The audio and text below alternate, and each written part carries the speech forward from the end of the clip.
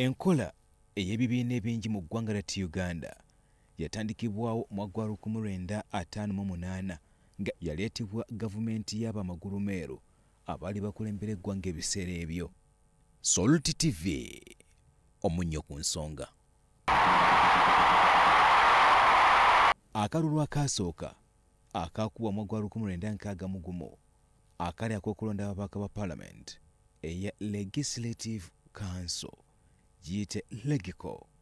Mu biseera ebyo keetabwamu ebibiina bibale okwali ekibiina kya Democratic Party ssaakaate n'ekibiina kya Uganda People's Congress UPC. Wabula mu 1966 omukulembeze yali tasaaga mu biseera ebyo Dr. Milton Obote enkola y'ebibiina ebingi yagiwera obutaddamu kubanga ekolebwako mukadde ako mu nnyaffe Uganda. And we are not going to talk in terms of Sir Edward. We are going to talk in terms of Uganda. Okuva mu 1986 gavumenti ya President Museveni yawamba era obukulembeze bwali bwa mugendo kiyite movement system okutuusa mu 2005 olwo nate ebibiina ebingi ne biddamu okubanga beeyagala ng'obulago bwa nkoko butasibwamu mugwa ng'omuntu wa ddembe okukola ebyobufuzi ng'asinziira mu kibiina kye. Ignatius Kangave Musaazi yatandikawo ekibiina ky'obufuzi ekyasookera ddala mu ggwanga lyattu Uganda mu 1905 wabula bwe butuukidde olunaku olwaleero nga waliwo ebibiina ebisukka mu 26 n'ekibiina kinnansangwa ekya Democratic Party ekyatandikibwawo mu 1954. Omwogezi w'akakiiko k'ebyokulonda mu ggwanga Mucunkuzi Julius tusobodde okwogerako naye ku bisaanyizo na kiki ekyetaagisa ddala singa omuntu aba ayagala okutandikawo ekibiina ky'ebyobufuzi. Abantu abo balina okusaba mu buwandiike eri akakiiko k'ebyokulonda nga ebbaluwa esaba okuwandiisa ekibiina ky'ebyobufuzi eriko ebintu bino. Ekisooka balina okuteekako copies bbiri eza constitution.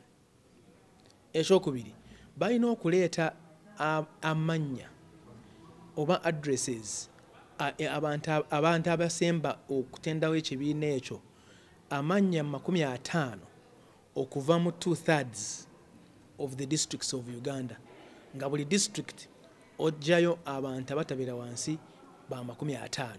Ebibiina bingi nga n'ebimu tebimanyiddwa era nga si bya muzinzi. Mucunguzi agamba bw'ati.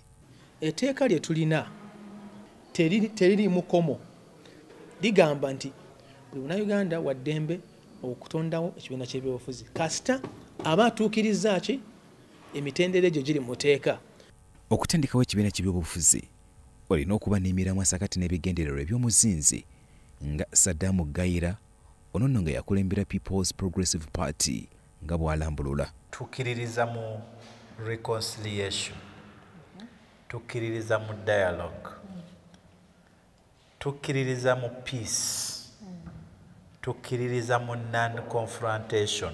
Ibinale ensonga lwaki kizibu nnyo okutusanga nga tuli mu kwekalakaasa, kizibu nnyo okutusanga nga tuvuma omuntu gwe tutakkaanya naye. Gaira agamba nti abatandikawo ebibiina by'obufuzi balina ensonga enkulu ze babuusa amaaso kyokka nga nate zirina okuba nga zetunuulirwa nnyo. Nti abantu ababaddewo bukyanga Uganda efuna bwetwaze nga Uganda ejja ekyusa obukulembeze mu violence n'okuyiwa omusaayi be bamu be bava mu gavumenti eno ne badda mu gavumenti ezze. Abantu ffenna kumpi abali mu byobufuzi tubadde part and parcel ku bizibu bi Uganda bye badde erina. Yensonga lwaki twetaaga reconciliation.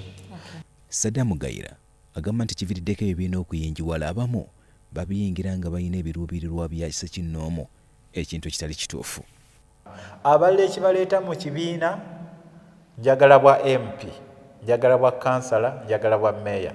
Bw'aba tabufunye mu kibiina ekyo, ekibiina ekirala bwe kijja nga ky'amaanyi abo bonna ababadde mu kikyo nga baddukamu nga bagenda mu kiri. Munnamateeka Aisha Nalukenge agamba nti ebibiina by'obufuzi biriwo mu mateeka era singa bibeera bigavuddeko biwawaabirwa. Bitwalibwa Political Parties Organizations Act. Tebiri above the law era nabo oli bwajja nakwogerako ekigambo kyanjwanjwa oba ekigambo nga kifu era etteeka ya ddembe omukwata ne limuteeka mu mbuga z'amateeka era n'avuka n'akangavulwa. Mu mawanga gakulaakulana ebibiina by'obufuzi bikola omukago okuyambako wamu n'okuwabula gavumenti n'okuweereza abantu wabula Dr. Wanzala omusomesa w'ebyobufuzi ku Makerere University agamba nti wano mu Uganda kikafuuwe. Parties teziri ideologically grounded. Bw'otunuulira NRM up to now tosobola kutegeera is it a center left party, is it a center right party, yawe ekkiriza mu ki. Bw'ojja n'olaba DP yalinga Truth and Justice naye saawa zino olaba nga ideology yaabwe terikiriya bulungi. Yadde nga birabika ng'ebingi naye era bijja n'emigaso nkumu. Biyamba nnyo ku muntu wa bulijjo okusobola okutuusa endowooza ye oba oliawo eri gy'atasobola gituusa. Ziringa bw'olaba amasomero okutraininga abantu abagenda okukola ebyobufuzi.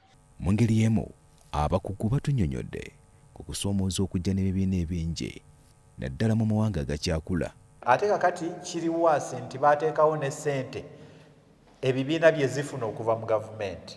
Buli we bisukka obungi kubanga kudibaga resources oba ssente ezandibadde ez'omuntu wa wansi, ssente ezandibadde zikola kino ne zidda ate ku kufandinga ebibiina by'obufuzi. Ebimu bifuuka ebibiina ebitunda abanansi nti leka twekobaane na bano ffe kasita tuba nga tufuna ensimbi. Emmanuel Dombo nga ye mwogezi w'ekibiina ekiri buyinza kya NRM ayogedde bw'ati ku nkola y'ebibiina ebingi. Amaanyi gaabwe bagamalire ku kigambo kimu kyokka, Museveni agende. Ne batamanya nti n'eddembe lireese ebibiina mwe bali nti Maama Museveni yalikolerera n'alirwanirira. Kale ebibiina okubeera ebingi bingi kubanga buli muntu yeegwanyiza okufuna. Ye abaffe kiki ekirina okukolebwa? Mpozi nga Parliament etezeewo etteeka n'egamba Uganda tejja kufunanga ebibiina by'obufuzi ebisuuka ku 2 oba 3 oba 5 oba 10. Nze nalirowoozezza nti buli kibiina bwe kiruuzinga relevance kyandivuddewo. Bya Nakiza Kone ne Kasimba Yusufu, Salt TV, Omunnyo.